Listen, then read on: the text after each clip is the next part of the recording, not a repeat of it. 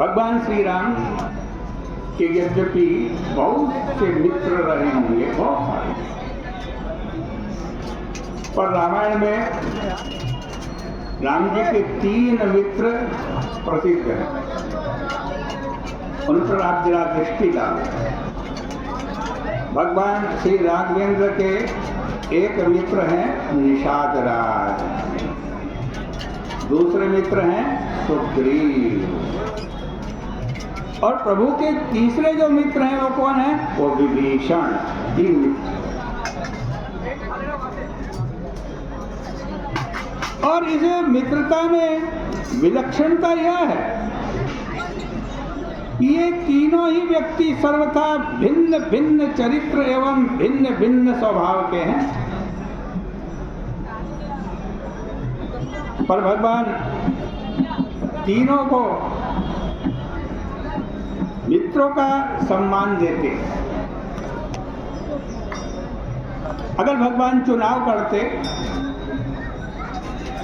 इनमें से एक को बड़ा पद देते, दूसरे को छोटा, तब तो ऐसा लगता कि भगवान में योग्यता तथा चरित्र देखकर उन्हें अलग अलग पद दे दिया,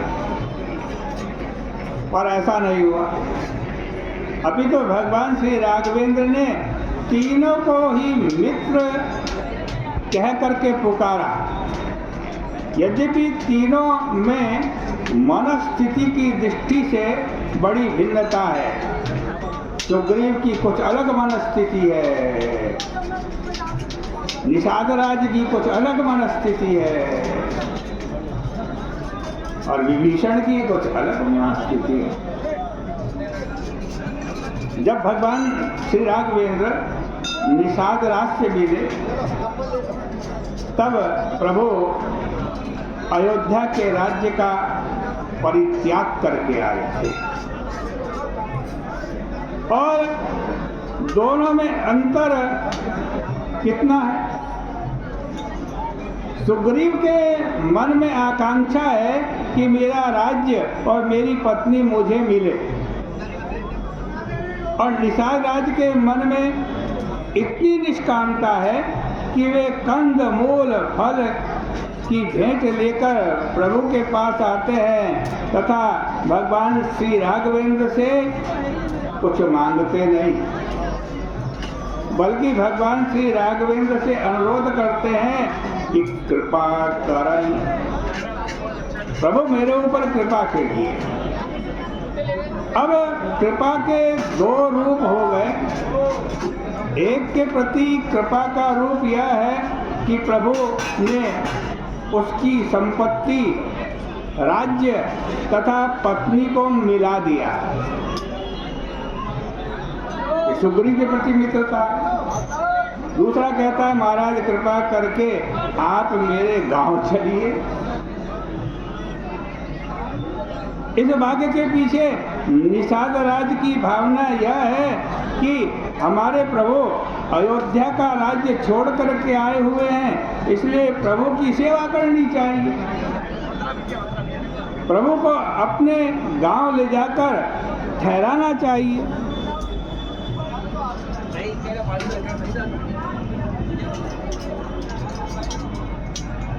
और इस प्रकार सुग्रीव तथा निषाद राज में बहुत अंतर है। तब भगवान जो है ना, दोनों को सम्मान देते हैं, सुग्रीव को देते हैं, निषाद राज को भी देते हैं, दोनों को समान पद देते हैं तथा दोनों के लिए एक ही शब्द से संबोधित करते हैं। प्रभु ने मुस्कुरा करके देखा, जब सुग्रीव को प्रभु पुकारते हैं तो सखा कहते हैं, सखा। सखा वचन मम मृषा न होई, और निषाद राज से भी यही कहते हैं, कहे सत्य सब सखा सुजाना, दोनों को सखा कह रहे हैं। वाह मित्र, तुमने बहुत बढ़िया बात कही। मोहि दीन पितु आयुष आना, लेकिन कहते हैं कि भाई मेरे को तो पिताजी की आज्ञा, इसलिए मैं गांव नगर शहर में नहीं जा सकता, इसलिए ऐसा आग्रह मत कीजिए, क्योंकि मैं गांव में जाने में असमर्थ हूं। अब आप विचार करके देखिए, निषाद राज भला जाति की दृष्टि से कहां?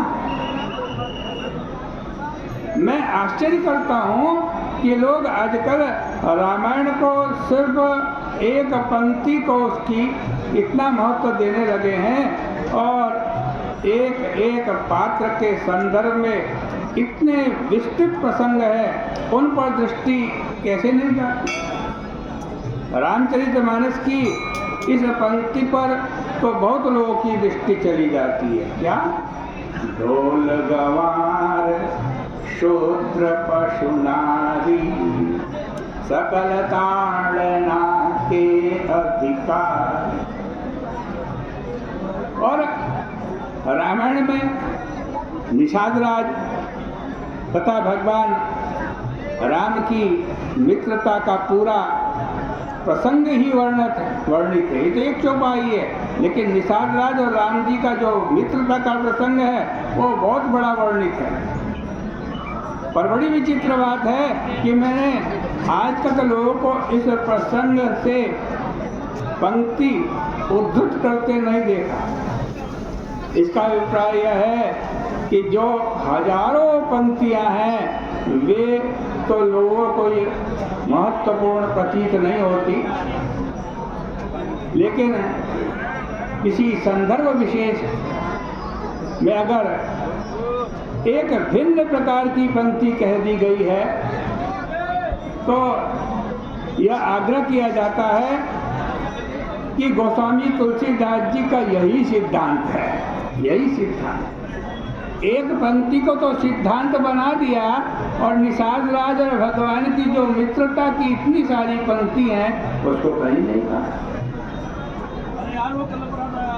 निषाद राज जाति की दृष्टि से चाहे जो हो, पर भगवान राम की विशेषता यह है कि वे जिससे मिलते हैं उसी से कह देते हैं, अरे हम तो बिल्कुल तुम्हारी तरह हैं, हम तो बिल्कुल तुम्हारी तरह।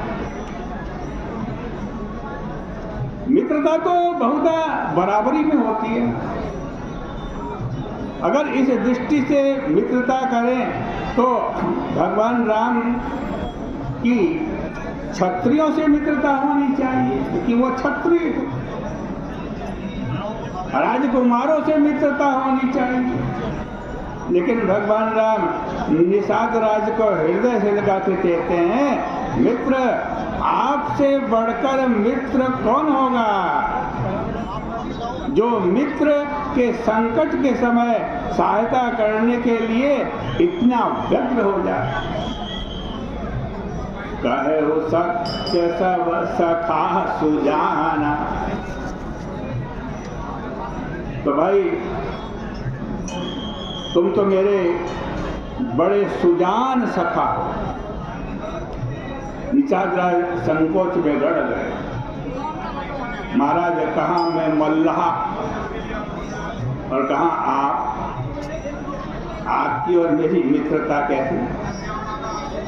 भगवान ने कहा नहीं मित्र, हमारा और तुम्हारा कार्य तो एक जैसा है, जो काम तुम करते हो वही मैं भी करता। तुम्हारा कार्य भी पार उतारना है और मेरा कार्य भी पार उतारना है। तो भाई जब हम काम एक जैसा करते हैं तो जाति भी एक जैसी तो हुई। हम दोनों की एक ही जाति है, इसलिए तुम्हारी हमारी मित्रता में रंच मात्र भी संदेह नहीं होना चाहिए। इस प्रकार भगवान राम उनकी निष्कामता का सम्मान करते हैं, उनको मित्र कह करके पुकारते हैं, क्योंकि निषाद राज शरीर से चाहे जिस जाति के हों पर अंतःकरण की दृष्टि से वे शरीर से सर्वदा ऊपर उठे हुए हैं। वे भावना के राज्य में रहते हैं। उनका चरित्र भाव प्रधान है। उनके लिए सांकेतिक भाषा रामायण में कही गई है। वे गंगा के किनारे के निवासी हैं और नदियों के प्रतीकात्मक रूप का जहाँ भी वर्णन किया गया है वहाँ गंगा को क्या बताया गया है? गंगा को भक्ति का स्वरूप बताया गया है। पर आज की चर्चा का यहीं विराम करते हैं। कल फिर आरती के पश्चात बैठेंगे आपके पास। यहाँ आरती के बाद